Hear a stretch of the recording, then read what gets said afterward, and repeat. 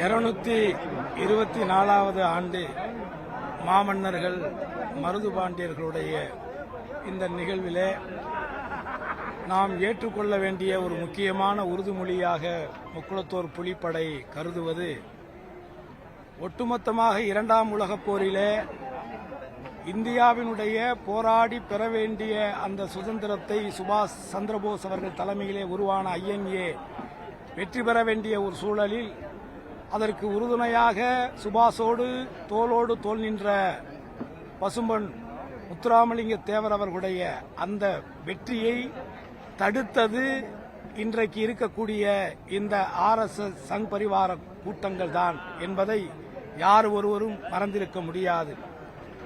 ஒட்டுமொத்தமாக 1801 ஜம்புத்தீவு பிரகடனத்தை ஒட்டுமொத்த ஏசிய நாடுகளை ஒருங்கிணைத்து அறிவித்து அனைத்து தரப்பட்ட ஜாதி மதங்களை கடந்து அனைத்து தரப்பட்ட மக்களையும் அந்த சமூகத்தினுடைய ஜமீன்தார்கள் போன்றவர்களை எல்லாம் ஒருங்கிணைத்து ஜம்புத்தீவு பிரகடனத்தை அறிவித்த மருது சகோதரர்கள் அன்றைக்கு அவர்கள் ஐரோப்பியர்களை வெளியேறி என்று சொன்னார்கள்.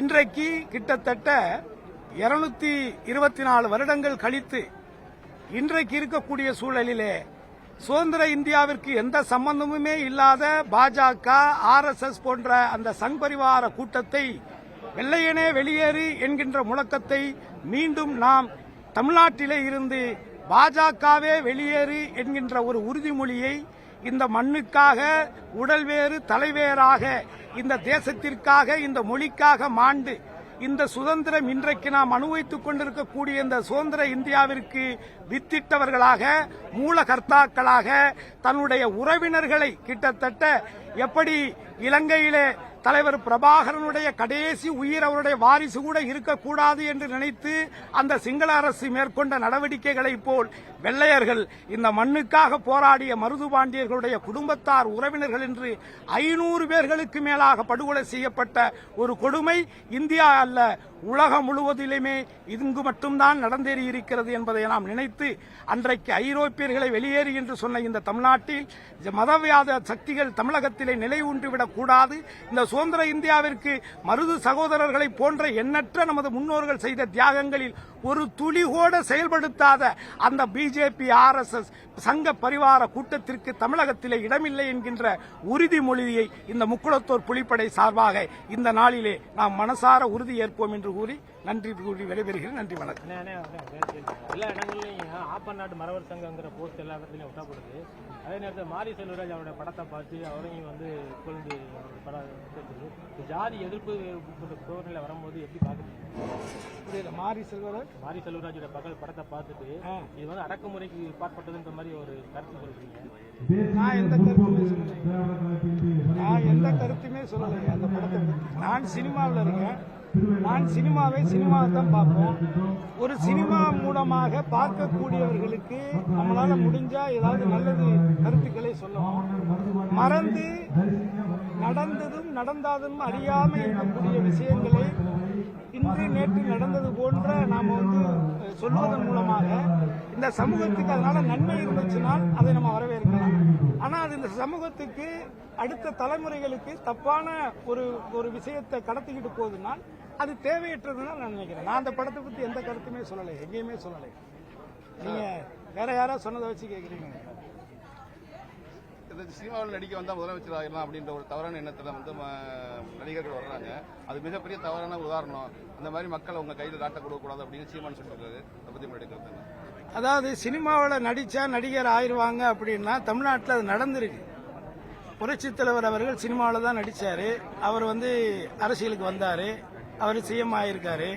அதே மாதிரி புரட்சித் தலைவி அம்மா அவர்களும் சினிமாவுடைய நடிகையாகத்தான் இருந்து புகழ் பெற்று அதுக்கப்புறம் அவங்களும் அனைத்து இந்திய அண்ணா திராவிட முன்னேற்ற கழக கட்சியில செயல்பாடுகளை செலுத்தி அதுக்கு பிறகு அவங்களும் முதலமைச்சராக இருந்திருக்காங்க. அதனால சினிமா துறையின் இல்ல, எந்த துறையில இருந்து யார் வேண்டுமானாலும் அரசியலுக்கு வரலாங்கிறதா இந்திய அரசியலமைப்பு சட்டத்தினுடைய விதி. அதனால ஒரு இந்திய குடிமகனாக இருக்கக்கூடிய எல்லாருக்குமே அந்த உரிமை இருக்கு. அது இல்லைன்னா சொல்றதுக்கெல்லாம் இங்க யாருக்கும் அதிகாரமோ உரிமையோ கிடையாது. ஆனால் இப்பொழுது வந்திருக்கக்கூடிய விஜய் அவர்களுடைய செயல்பாடுகள் என்ன, அவருடைய அரசியல் செயல்பாடுகள் என்ன?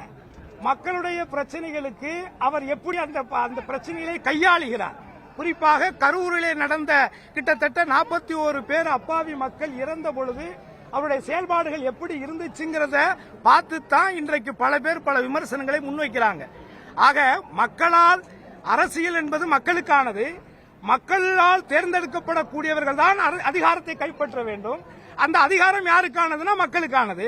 அப்ப அந்த மக்களுக்கான பணிகளை செய்து மக்களால நான் ஒரு அமைச்சரா முதலமைச்சரா வரணும்னு நினைக்கக்கூடிய ஒருவர் மக்களுக்கு பிரச்சனைங்கிற பொழுது ஓடி ஒளிகிறதை எப்படி ஏற்றுக்கொள்ள முடியும்? அந்த அடிப்படை மக்களுடைய பிரச்சனையை மக்களோடு மக்களாக நின்று சந்திக்க திறனற்றவர்கள் அரசியலுக்கு தகுதியற்றவருங்கிறதா என்னுடைய கருத்து. சார், அவர் கீழே இறங்காம இவ்வளவு பிரச்சனை நடந்திருக்குது. அவர் ஆஸ்பத்திரிக்கு போனா மேலும் பல உயிரிழப்புகள் இருக்கும் அப்படின்ற ஒரு சார் இது சார் ஷூட்டிங் போகும்போது நடக்காத கூட்டங்கள் நடக்காத சம்பவங்கள் இது மாதிரி பொது இடங்களுக்கு போகும்போது அவர் வந்ததுனால அப்படி நடந்துச்சு. இன்னும் அவர் இறங்கி போயிருந்தா இதை விட அதிகமா நடக்குங்கிறனா யூகம் தான் சார். இதை விட பெரிய கூட்டத்தெல்லாம் கையாண்டவர் விஜயகாந்த்.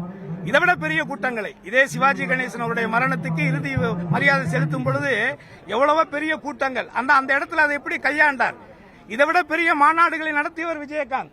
நீங்க சும்மா ஏதோ சப்பக்கட்டெல்லாம் கட்டக்கூடாது. நம்ம ஒரு தலைவனாக இருந்தால் பிரச்சனை இறங்கி களத்துல நிக்கிறவன் தான் சார் தலைவன். சினிமாவில் மட்டும் இறங்கி 100 பேரை சண்டை போடுறவன் தலைவன் கிடையாது. நேர்லையும் இறங்கி சண்டை செய்யணும்னு வந்தா இறங்கி சண்டை செய்யணும். அதுக்கு அதுக்கான தகுதிகளை நம்ம வளர்த்துக்கணும். நன்றி.